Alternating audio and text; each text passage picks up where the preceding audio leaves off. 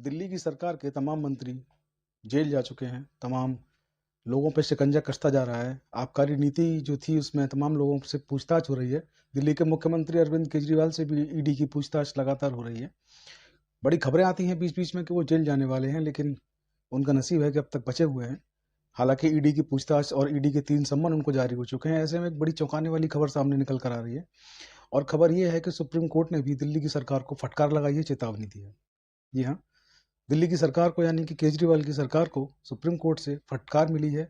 मामला बहुत पेचीदा है। क्या है पूरा मामला, इसको जानने के लिए आपको वीडियो के लास्ट तक बने रहना है, स्किप नहीं करना है, यानी कि आगे पीछे करके नहीं देखना है। पूरा वीडियो देखेंगे तब समझ में आ पाएगा। मसला ये है कि दिल्ली की जो केजरीवाल की सरकार है उसमें तमाम उतार चढ़ाव आपको देखने के मिले, और एक सही तरीके से कहें तो एक नमूना है कि कैसे कोई कुछ लोग मिलकर के एक राजनीतिक दल बनाते हैं, और वो एक प्रदेश की जो सत्ता की कुर्सी है मुख्यमंत्री की, वहाँ तक पहुँचते हैं। और उसके बाद जो उतार चढ़ाव का दौर शुरू होता है, उस दौर में जो भी आरोप प्रत्यारोप लगते हैं, उन सब में ईडी जो है वो अपना एक महत्वपूर्ण भूमिका निभाती है। और अब हाल की मैं अगर बात करूँ तो दिल्ली में जो सड़क दुर्घटनाएं होती हैं, उन सड़क दुर्घटनाओं में जो घायल होते हैं उनको इलाज देने की जिम्मेदारी दिल्ली सरकार ने ली है। एक योजना उन्होंने शुरू की है जिसको कि फरिश्ता स्कीम कहा जाता है। इस फरिश्ता स्कीम के तहत जो भी लोग दिल्ली के जो रोड एक्सीडेंट उनमें घायल होते हैं, दिल्ली की सरकार उनका इलाज कराती है। अब मसला यह है कि दिल्ली की सरकार के पास ये लगातार दिल्ली की सरकार कहती चली आ रही है कि फंड की कमी है, और एलजी जो है तमाम स्कीमों में, तमाम योजनाओं में जो फंड होता है वो उसके जिम्मेदार हैं, फंड जारी नहीं करते हैं।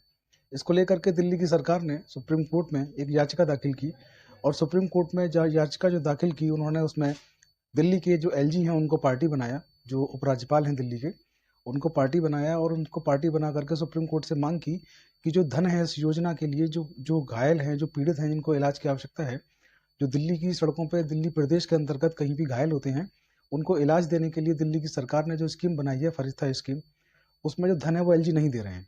एलजी उस धन को जारी नहीं कर रहे हैं। एलजी को पक्षकार बनाया, पहुंच गए सुप्रीम कोर्ट, कर दी याचिका दाखिल।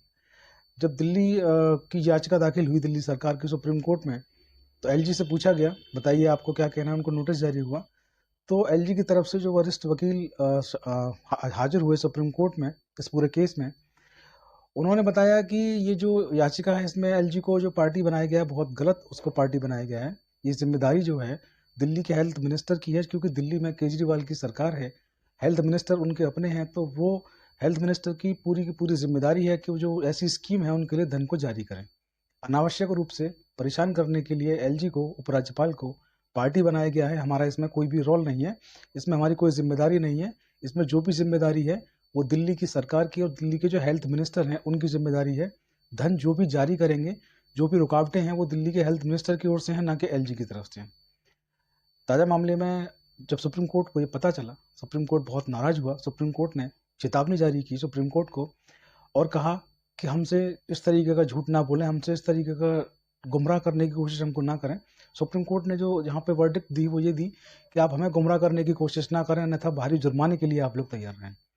तो सुप्रीम कोर्ट ने फिलहाल 2 हफ्ते का समय दिया है। 2 हफ्ते में सरकार से जवाब मांगा है, और एलजी ने तो बता दिया कि जिम्मेदारी सरकार की बनती है। अब सरकार को बताना है कि जिम्मेदारी किसकी बनती है। और सुप्रीम कोर्ट ने जो टिप्पणी की है कि अगर हमें गुमराह करेंगे तो भारी जुर्माने के लिए, अन्य कार्रवाई के लिए तैयार रहें, तो यकीनन दिल्ली सरकार को अब सोचने वाली बात है, उनके माथे पे पसीना होगा कि आखिर वो क्या करें क्या ना करें, क्योंकि जिम्मेदारी तो दिल्ली हेल्थ मिनिस्टर की है।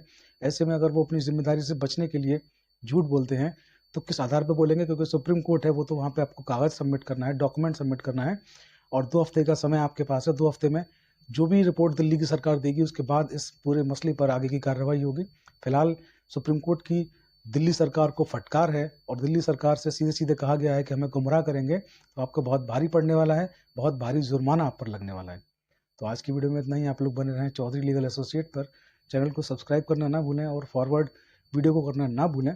इसके साथ आप हमें ऑफिशियल प्रतीक चौधरी यूट्यूब चैनल, जो हमारा दूसरा चैनल है, उसको, और फेसबुक इंस्टाग्राम की जो आईडी है चौधरी लीगल एसोसिएट, उसको भी फॉलो सब्सक्राइब करना ना भूलें, उसको शेयर करना ना भूलें। आपको इन सब के लिंक जो है डिस्क्रिप्शन के बॉक्स में मिल जाएंगे। आज की वीडियो में इतना ही। जय हिंद, जय भारत, नमस्कार।